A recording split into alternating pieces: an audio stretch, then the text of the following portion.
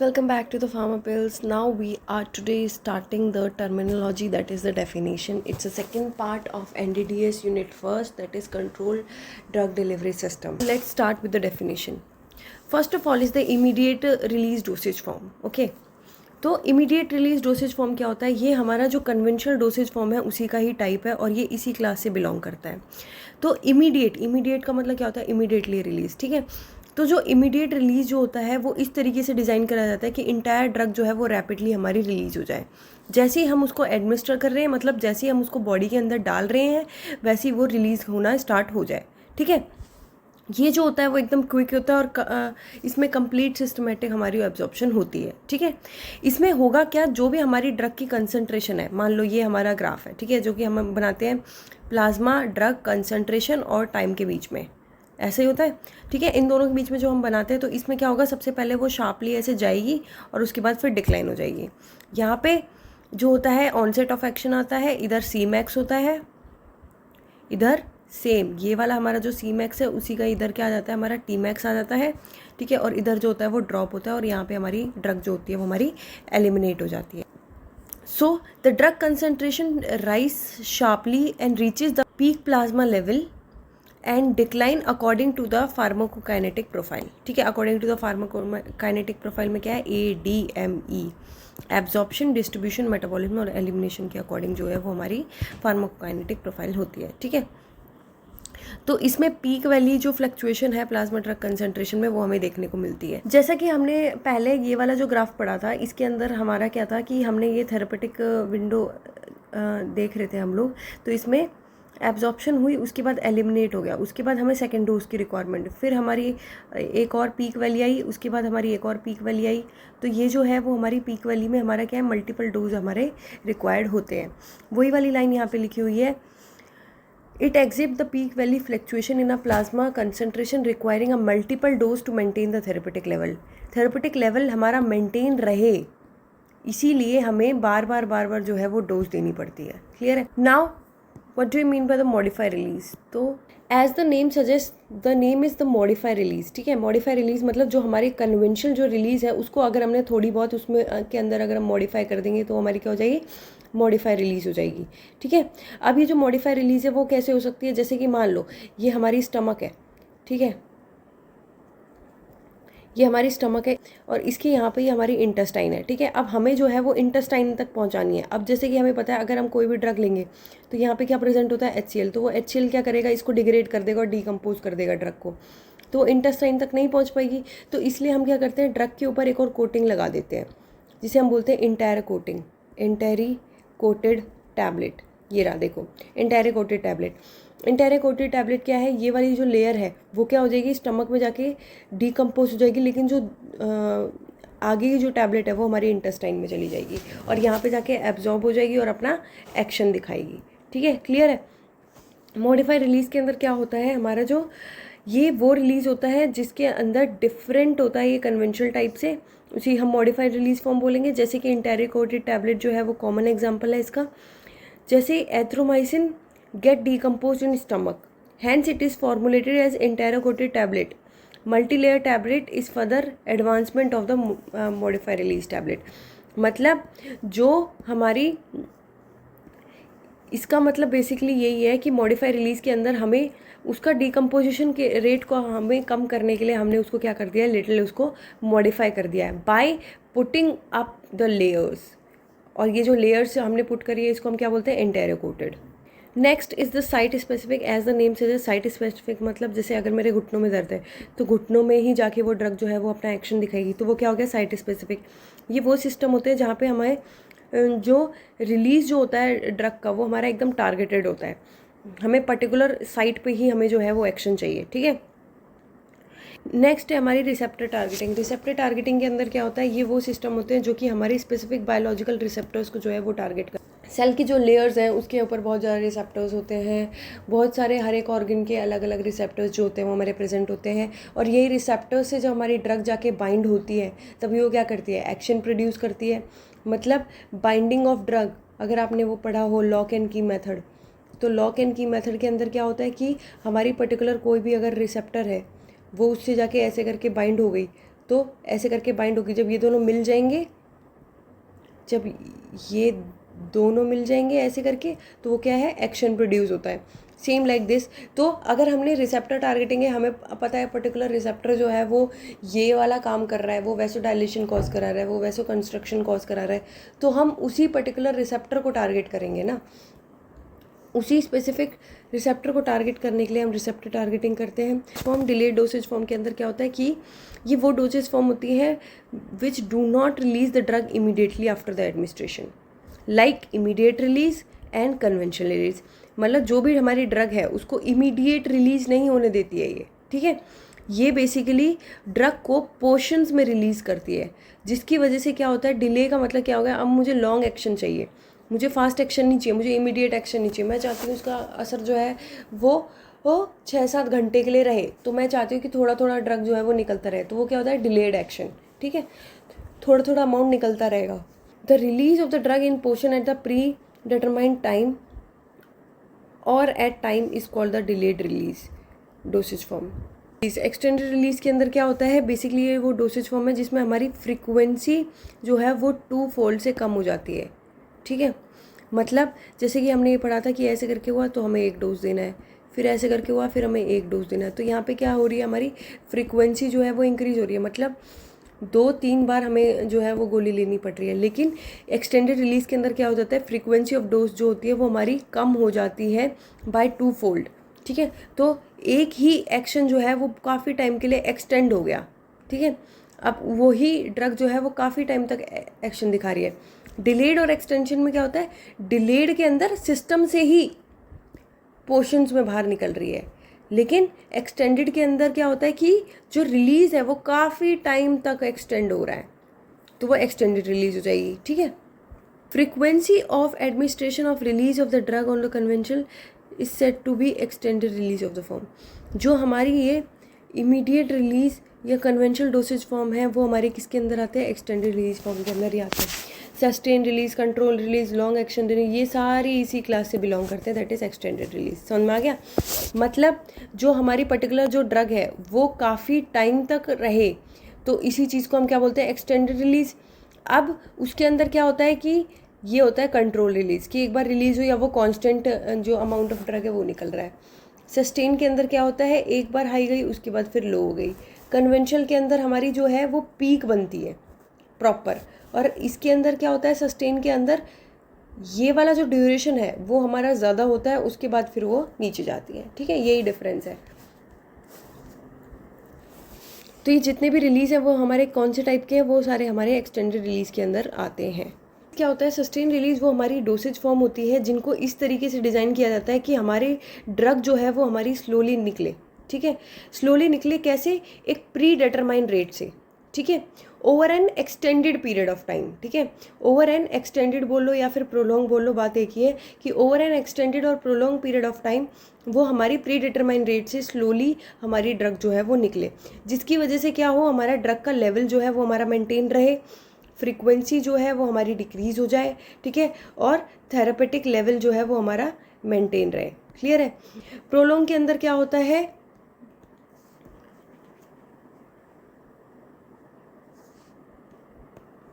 Prolong के अंदर क्या होता है, हमारे ड्रग जो रिलीज होती है वो स्लोअर रेट पे होती है for long period of time, so that the therapeutic action जो होता है वो हमारा एक्सटेंडेड पीरियड में रहे। पहले जो है वो एक डोज जो होगी हमारी ड्रग की वो रिलीज होगी, उसके बाद फिर दूसरी डोज रिलीज होगी, ऐसे ऐसे करके हमारा प्रोलॉन्ग पीरियड ऑफ टाइम के लिए बना रहेगा ड्रग कंसंट्रेशन। इन शॉर्ट अगर हम देखें तो सबसे पहले है इमीडिएट रिलीज़। इमीडिएट रिलीज़ के अंदर क्या होता है, हमारी ड्रग जो है वो इमीडिएटली रिलीज़ हो जाती है, ठीक है। जैसे ही हमने उसको एडमिनिस्टर किया तभी वो रिलीज़ हो गई, ठीक है। डिलेड रिलीज़ के अंदर क्या होता है, हमारी ड्रग जो है वो लैग टाइम जो होता है, ठीक है, उसके बाद हमारी रिलीज़ होती है एक स्पेसिफिक साइट पे, जैसे कि इंटेस्टाइन हो गया, या एक लैग टाइम के बाद हमारी जो होती है वो हमारी डिलेड होती है। मतलब पहले थोड़ा सा डिले होगा, उसके बाद जो रिलीज़ होगा वो हमारा क्या होगा, रैपिड, जल्दी जल्दी होगा, ठीक है। इसका एग्जाम्पल क्या हो सकता है, हमारा एंटेरिकोटेड जैसे टैबलेट, जैसे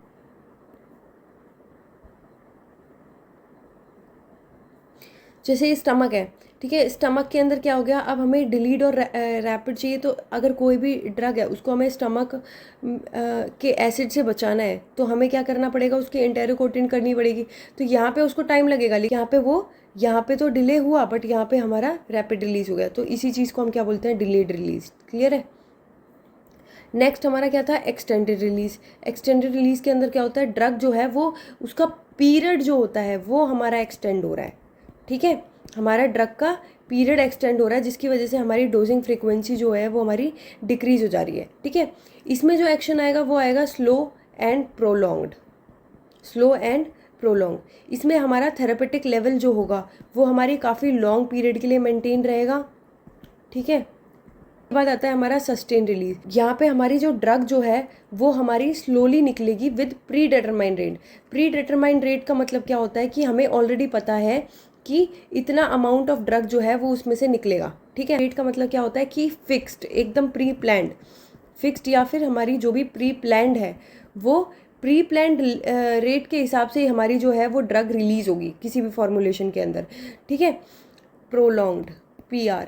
प्रोलॉन्ग में क्या होता है, बेसिकली ये ब्रॉडर टर्म है, ये जो टर्म है वो एक ब्रॉडर टर्म है जिसके अंडर सारी ड्रग्स आती हैं जो कि एक्सटेंड कर सकती हैं duration of drug release.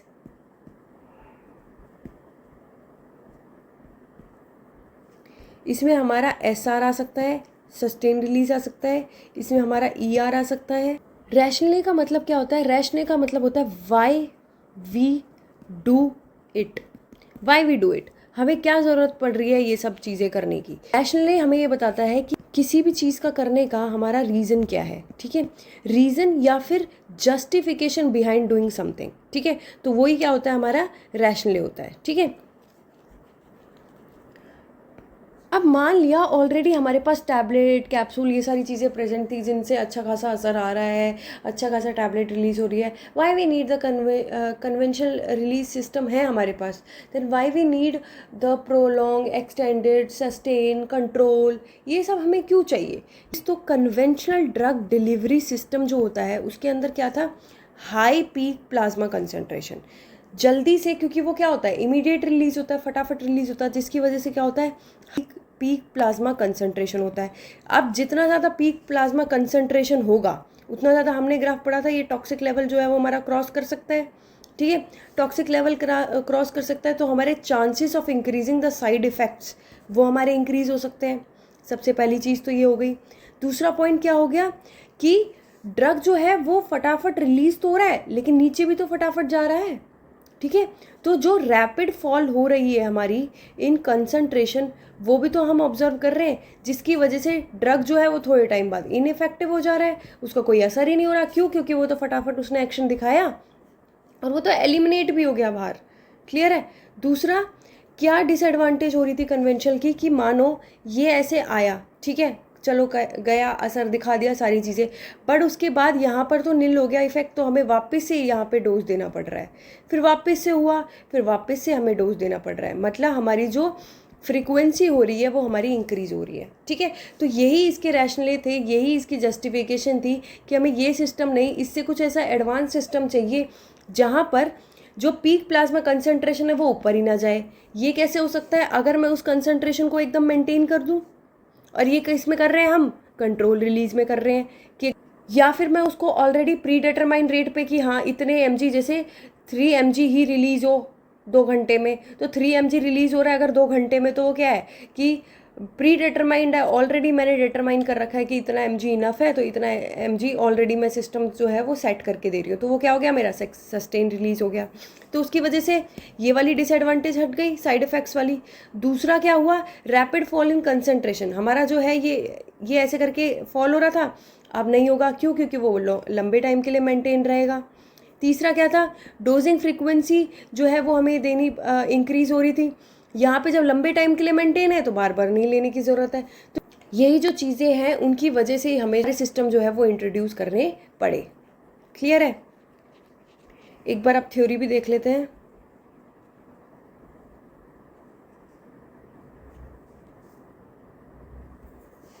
The basic rationale of control drug delivery system is to optimize the biopharmaceutics, pharmacokinetic and pharmacodynamic property of a drug in such a way that its utility is maximized through reduction of side effects, cure or control of the disease condition in shortest possible time by using smallest quantity of drug administered by a suitable route.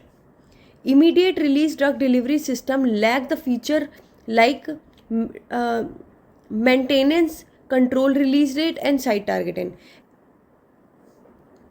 ये वाली line पढ़ो. Delivery system basically ऐसा होना चाहिए हमारा कि fix rate पे जब जब बॉडी को डोज की रिक्वायरमेंट है वो तब हमारा ड्रग डिलीवरी सिस्टम जो है वो डोज को रिलीज़ करे, एक स्पेसिफिक टाइम पे रिलीज़ करे जिससे हमारी ट्रीटमेंट जो है वो हमारा इफेक्टिव हो पाए. क्लियर है. Again peak plasma concentration and time, यहाँ पे ज़ीरो ऑर्डर कंट्रोल रिलीज़ हो गया, इधर ये सस्टेन रिलीज़ हो गया. देखो कंट्रोल रिलीज़ के अंदर ये मेंटेन्ड है, यहाँ पे ये कन्वेंशनल के अंदर ऐसे जा रहा है, और सस्टेन के अंदर क्या है, ये थोड़ा लंबा पीरियड है. देखो यहाँ पे क्या है, हमें प्रॉपर पीक मिल रही है, यहाँ पे पीक नहीं मिल रही, यहाँ पे थोड़ा लंबा एक्शन करके और फिर ऐसे करके धीरे धीरे करके ड्रॉप हो रहा है, अचानक से चीज़ें ड्रॉप नहीं हो रही है. ठीक है, ये वाला ग्राफ इंपॉर्टेंट है, इसको कर लेना एक बार. एडवांटेज क्या होती है बेसिकली कंट्रोल ड्रग डिलीवरी, वही मेंटेनेंस ऑफ ड्रग का हमारा लेवल जो होता है वो डिजायर्ड रेंज में मेंटेन रहता है. दूसरा, जो भी डिफ़िकल्ट ड्रग्स हैं उनको हम दे सकते हैं.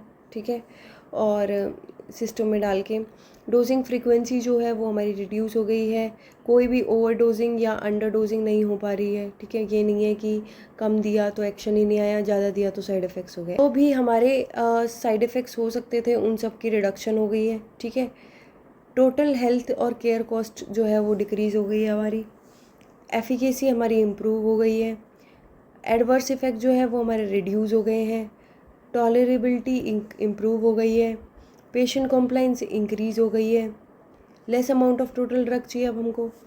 ठीक है, मिनिमाइज और एलिमिनेशन थ्रू लोकल और सिस्टमेटिक इफेक्ट वो भी हमारा रिड्यूस हो गया है, ड्रग की एक्यूमुलेशन भी रिड्यूस हो गई है, cure and control the condition of more permanently. ठीक है, फ्लक्चुएशन इन ड्रग लेवल, ये सारी पॉइंट जो है वो भी रिड्यूस हो गई. ये सारे point you can related to this हम ऑलरेडी पढ़ चुके हैं. क्लिनिकल एडवांटेज क्या है हमारी कंट्रोल ड्रग डिलीवरी सिस्टम की, अगेन डोजिंग फ्रीक्वेंसी रिड्यूस हो गई है, पेशेंट कॉम्प्लाइंस इंक्रीज़ हो गया है, ड्रग लेवल फ्लक्चुएशन जो है वो रिड्यूस हो गई है, टोटल यूजेज सेम ही पॉइंट्स है इसमें. ठीक है, यहाँ पे टॉक्सिसिटी डिक्रीज़ हो गई है, स्टेबलाइज कंडीशन हो चुकी है, अब delayed in onset of action, ये इम्पॉर्टेंट है, ये सारी पॉइंट्स आप पढ़ लेना. ठीक है, सिलेक्शन ऑफ ड्रग कैंडिडेट, कोई भी ड्रग कैंडिडेट है, मान लो ये कोई ड्रग कैंडिडेट है. ठीक है, अब ये जो ड्रग कैंडिडेट है वो सुटेबल कैसे हमारी ड्रग फॉर्मुलेशन के लिए, मतलब पर्टिकुलर ड्रग जो है वो कैसे सुटेबल है ड्रग फॉर्मुलेशन के लिए, ये हम कैसे पता लगाते हैं. बहुत छोटी जो है वो एलिमिनेशन हाफ लाइफ है, मतलब बहुत 2 घंटे में ही जो हमारी ड्रग है वो 50% बाहर निकल जाएगी. ठीक है, लॉन्ग एलिमिनेशन हाफ लाइफ 7 8 8 9 9 10 10 12 12 घंटे के लिए जो है वो हमारी ड्रग जो है वो वहीं पे ही बॉडी के अंदर ही है. तो उससे क्या होगा, हमारा ड्रग का एक्यूमुलेशन भी इंक्रीज़ हो जाएगा.